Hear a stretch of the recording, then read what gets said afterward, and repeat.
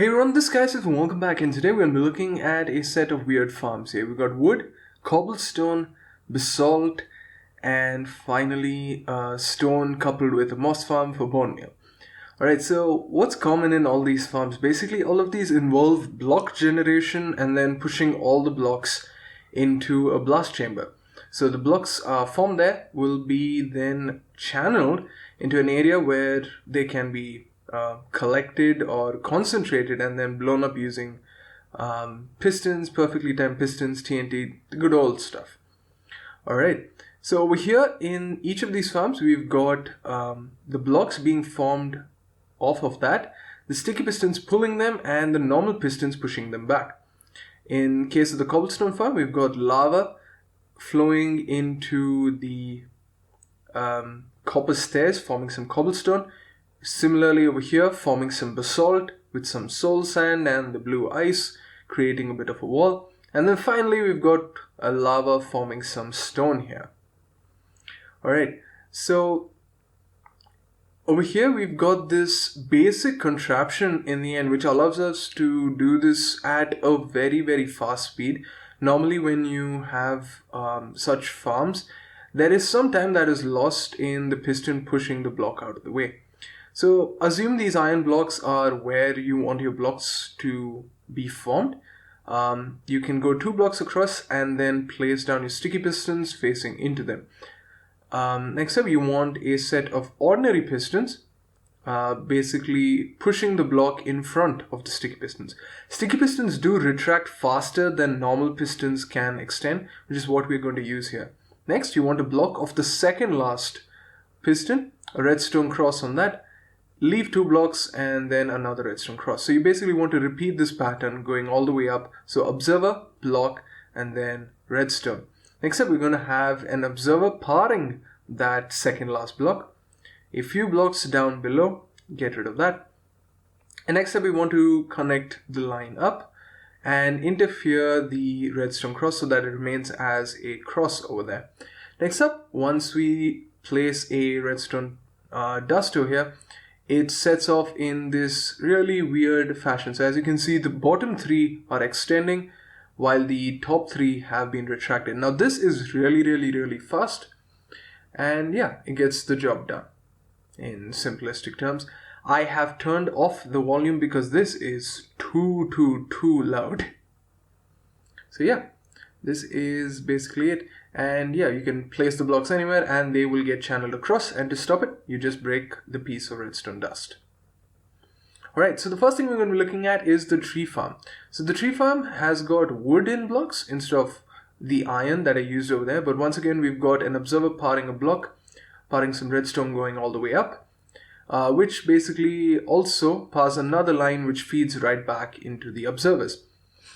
And yeah, we've got the sticky pistons which pull the wood out. So if I place a redstone dodge there, it should set off the farm.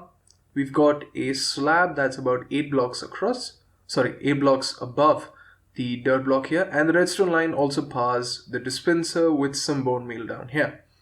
So yeah, you can see the trees are being grown and being pulled out much faster than the standard double piston extended design which is used in most tree farms. This way you can easily channel them into a TNT blast zone. Now the push limit has been reached, but the farm does not break yet. You can easily just destroy a few blocks and it goes on as though nothing has happened, which is a really useful thing in these farms, because normal farms do tend to break if there's a blockage, but it doesn't happen here. Obviously, you can have some extra pistons. Let's actually just stop this quickly. You can have some extra pistons over here to break the leaves so that you can get some saplings. Personally, I just like to use this partially manually. So yeah. Alright, the next one we're going to be looking at is the cobblestone farm. So we've got stairs waterlogged with obsidian behind them. And basically, if I set this farm off, we should have quite a bit of chaos. So you can see the cobblestone has been pushed across. It's being formed in front of the lava and then being pulled out immediately. The advantage with this is it allows the lava to flow much faster than it would in case you were pushing the blocks out, because there's a tick of delay there while the piston is extending. Right, you can obviously have multiple of these stacked next to each other and a blast chamber, which makes it a lot faster. All right, next up we've got the Basalt farm. So we've got a blue ice and lava, and then we've got alternating soul sand, and on this side we've got alternating sticky pistons facing the places where the basalt is found. This is because the pistons are still necessary because of the way pistons get powered. There is a historic thing with 2 pistons getting powered. And yeah, I've got the same thing on the other side, and these sort of form this nice teeth type formation to form a wall pretty fast as well. This would obviously be much faster in the nether, but yeah, once again, pretty simple to create a blast chamber for this as well. So let's switch this one off again. Alright, so the next farm we're going to be looking at is the stone and moss generator thing. So over here we've got a moss block, and we've got the same configuration, but it has been placed downwards. Once again, the same observer powering itself, and here we've got target blocks powering each of the sticky piston combinations. So this works once again similar to the way the others work. And yeah, basically once we form a piece of moss, once we bone meal a piece of moss and spread the moss everywhere and set this farm off, you can see the stone comes and destroys the moss blocks. So yeah, now you do need something to get rid of the carpets, something like a water stream of sorts. But yeah, there is a bit of a problem with this, is that cobblestone starts forming once the first pass through is done. So an easy way to get rid of this is to have some sticky pistons on top. Basically the same exact thing but reversed and then inverted. Yeah, what you want is what you have down below on top.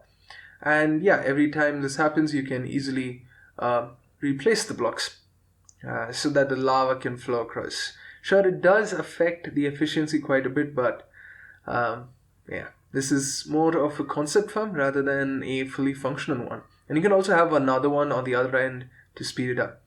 So anyways guys, thanks for watching. This means Kaisif, and I'm out. So ciao for now, and I shall see you later. Bye.